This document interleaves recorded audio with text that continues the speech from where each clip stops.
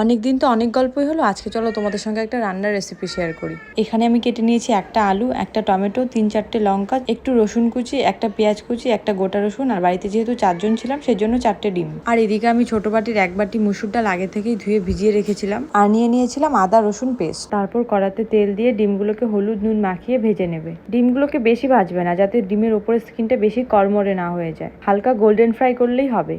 তারপর সেই তেলের মধ্যে শুকনো লঙ্কা, জিরে, কালো জিরে ফোড়ন দিয়ে দেবে। তারপর ফোড়নটাকে একটু নেড়েচেড়ে কাঁচা লঙ্কা, পেঁয়াজ কুচি, রসুন কুচি দিয়ে একটু গোল্ডেন ব্রাউন করে ভেজে নেবে। তারপর দিয়ে দেবে কেটে রাখা আলুগুলোকে বেশি ভাজতে হবে না, শুধু পেঁয়াজের সঙ্গে একটু ভালো করে মিশিয়ে নিলেই হবে। তারপর দিয়ে দেবে মুসুর ডালটা, আর আমি যে একটা গোটা রসুন রেখেছিলাম সেটা অপশনাল। তারপর দিয়ে দেবে আদা রসুন পেঁয়াজের পেস্ট, ধনে গুঁড়ো, জিরে গুঁড়ো, নুন, হলুদ, বেসিক যেগুলো মশলা আর কি। আর এবার কিন্তু মশলাগুলোর সঙ্গে সমস্ত কিছু ভালো করে মিশিয়ে ভেজে নিতে হবে।